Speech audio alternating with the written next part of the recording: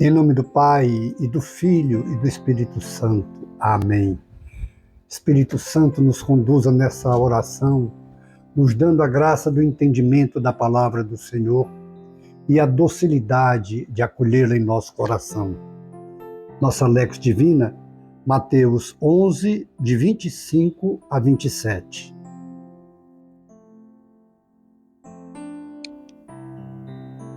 Por esse tempo, pôs Jesus a dizer: Eu te louvo, ó Pai, Senhor do céu e da terra, porque ocultaste estas coisas aos sábios e doutores e as revelaste aos pequeninos.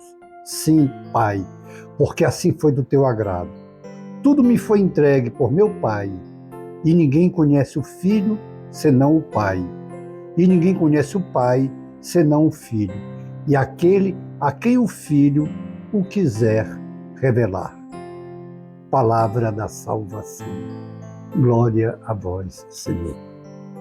Esse texto, apenas 3 versículos, de 25, 26, 27, do capítulo 11, mas tanta riqueza, tanta coisa ele quer nos falar, e um ponto fundamental da evangelização do Senhor, da nossa parte, para que possamos tirar proveito de todo o ensinamento de Jesus, é o que ele revela aqui.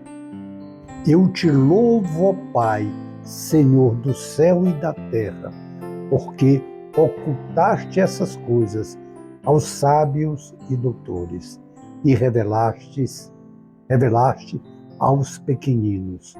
Ou seja, Jesus está trazendo aqui o entendimento que nós devemos ter de que somos criaturas.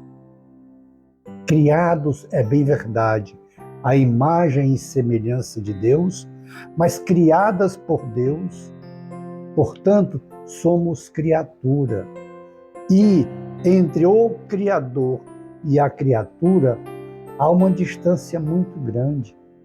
Mesmo que o Criador, por nos amar tanto, tenha nos criado a sua imagem e sua semelhança, mas o entendimento de que devemos ser como criaturas, mesmo que sejamos abençoados por Deus e tenhamos inteligência, capacidade de discernir, de conhecer, de estudar, de começar a aprender e ter ciência, mas acima de tudo, não podemos perder esse entendimento de que somos criatura e devemos ser pequeninos diante dele.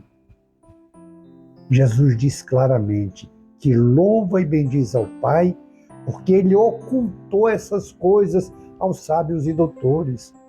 Ou seja, não é o fato de querer, pela ciência, pelo conhecimento, pelo estudo, ser grande diante de Deus, ou achar que sabe mais das coisas eternas. Nós podemos até crescer muito em conhecimento, mas as coisas que levam à eternidade, aquilo que nos leva a uma unidade com Deus, só se reconhecermos a nossa finitude, se reconhecermos a nossa pequenez, se formos simples, pequenos, humildes. Porque se formos arrogantes, o conhecimento divino nós não recebemos. Podemos até ter conhecimento humano. E quantos de nós caem nessa tentação de porque estudou muito, porque é aplicado nos seus estudos, porque tem uma inteligência privilegiada, e a partir daí querer saber mais do que o mestre, querer discutir e ter a ciência. Nós devemos lembrar, não podemos jamais esquecer que esse foi o primeiro pecado e que degringolou toda a criação divina. Foi o fato quando Eva e Adão foram tentados pelo demônio para ter a ciência do bem e do mal. Aquilo que Deus tinha dito aos nossos primeiros pais, que eles eram os senhores da criação e que podiam tudo, menos experimentar dessa tentação da árvore da ciência do bem e do mal. E foi justamente esse querer ser como Deus, ser grande, ser entendido, que nos fez cair a tentação, cederam e veio toda a desgraça que há no mundo. Fruto da tentação que os nossos primeiros pais sofreram do demônio e caíram. Hoje Jesus vem nos admoestar mais uma vez. Não queiram ser sábios e doutores. Pai, eu te louvo porque revelaste essas coisas, porque ocultaste estas coisas aos sábios e doutores e as revelaste aos pequeninos. Jesus não está condenando aqui quem estuda muito, quem tem muito conhecimento, desde que permaneça humilde, desde que permaneça pequeno. Eu lembro agora de São Francisco de Assis. No início daquela irmandade, daquela fraternidade que ele fundara, não por desejo próprio, mas por chamado de Deus, ele tinha uma preocupação, justamente essa, de que os seus irmãos não se tornassem arrogantes, prepotentes e que pelo conhecimento pudessem se afastar da pequenez, se afastar de Deus.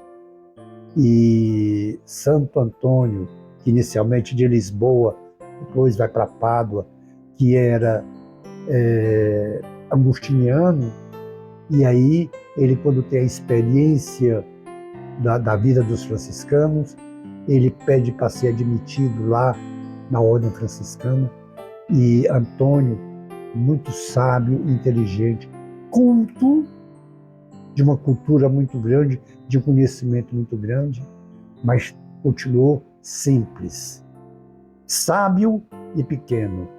E Francisco pede a ele que ensine aos irmãos, sem, contudo, esquecer o mais importante de tudo, ser pequeno.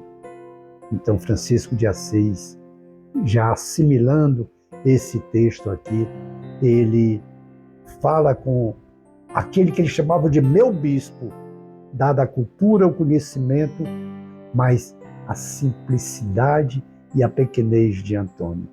E ele passa a ser aquele que vai, o primeiro a formar nas escrituras nos franciscanos. Nós aprendemos com o texto de hoje a não sermos arrogantes, a não sermos prepotentes. Podemos e devemos estudar muito, ter muito conhecimento, mas que isso não nos afaste da pequenez, porque só aos pequenos é revelado os mistérios de Deus. Jesus Cristo que disse hoje aqui. E que compromisso nós fazemos agora? De nos esforçarmos, devemos fazer, de nunca deixarmos que o saber, que a cultura, que o conhecimento nos torne arrogantes, prepotentes, grandes, querendo ser doutores, mestres. E isso nos afasta de Deus. Façamos, portanto, esse compromisso.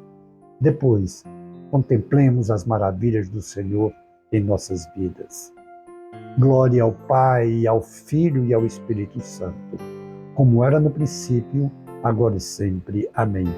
E pela intercessão da Sagrada Família de Nazaré, abençoe-nos o Deus Todo-Poderoso, o Pai e o Filho e o Espírito Santo. Amém. Face de Cristo, resplandecei em nós.